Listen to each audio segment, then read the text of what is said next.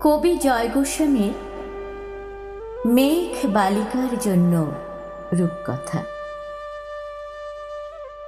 আমি যখন ছোট ছিলাম খেলতে যেতাম মেঘের দলে। একদিন এক মেঘবালিকা প্রশ্ন করল কৌতূহলে, এই ছেলেটা নাম কি রে তোর? আমি বললাম খুশমন্ত। মেঘবালিকা রেগেই আগুন, মিথ্যে কথা, নাম কি এমন হয় কখনো? আমি বললাম নিশ্চয়ই হয়, আগে আমার গল্প শোনো। সে বলল শুনবো না, যা। সেই তো রানী, সেই তো রাজা, সেই তো একই ঢাল তলোয়ার, সেই তো একই রাজার কুমার পক্ষীরাজি, শুনবো না, ওসব বাজি। আমি বললাম তোমার জন্য নতুন করে লিখব তবে। সে বলল সত্যি লিখবি? বেশ, তাহলে মস্ত করে লিখতে হবে, মনে থাকবে, লিখে কিন্তু আমায় দিবি। আমি বললাম তোমার জন্য লিখতে পারি এক পৃথিবী। লিখতে লিখতে লেখা যখন সবে মাত্র 2-4 পাতা, হঠাৎ তখন ভূত চাপলো আমার মাথায়। খুঁজতে খুঁজতে চলে গেলাম ছোটবেলার মেঘের মাঠে। গিয়ে দেখি চেনামুখ তো একটিও নেই তল্লাটে। একজনকে মনে হলো ওরই মধ্যে অন্যরকম। এগিয়ে গিয়ে বলি তাকে, তুমি কি সেই মেঘবালিকা? তুমি কি সেই? সে বলেছে মনে তো নেই, আমার ওসব মনে তো নেই। আমি বললাম তুমি আমায় লেখার কথা বলেছিলে। সে বলল সঙ্গে আছে, ভাসিয়ে দাও গাঁয়ের ছেলে।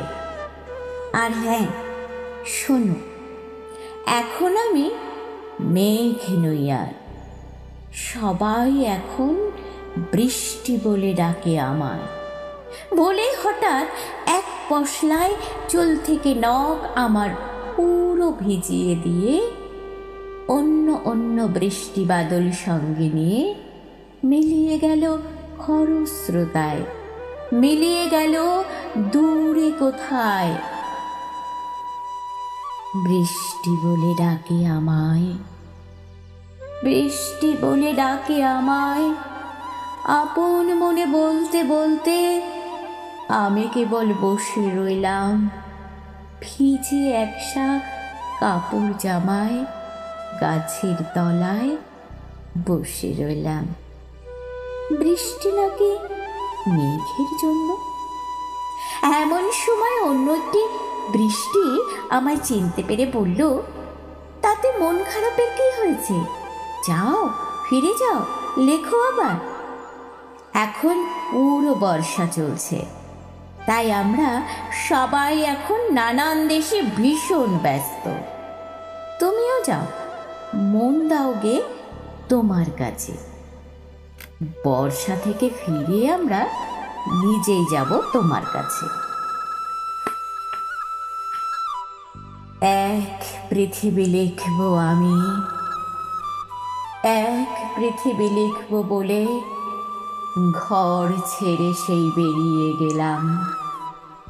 ঘর ছেড়ে সেই ঘর বাঁধলাম গহন বনে। সঙ্গে শুধু কাগজ কলম। একাই থাকবো, একাই দুটো ফুটিয়ে খাবো। 2-1 মুঠো ধুলোবালি যখন যারা আসবে মনে, তাদের লিখব, লিখেই যাব।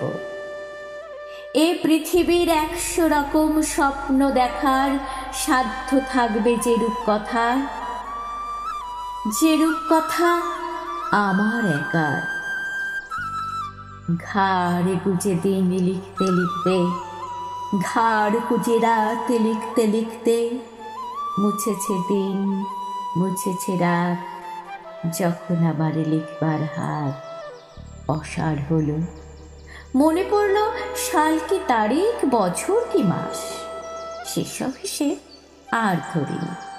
লেখার দিকে তাকিয়ে দেখি এক পৃথিবী লিখব বলে একটি খাতাও শেষ করিনি।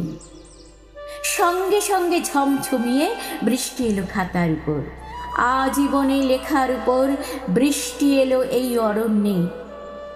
বাইরে তখন গাছের নিচে নাচছে ময়ূর আনন্দিত, বলছে পাখি এই অরণ্যে কবির জন্যে আমরা থাকি। বলছে ওরা কবির জন্যে আমরা কোথাও, আমরা কোথাও, আমরা কোথাও হার মানিনি।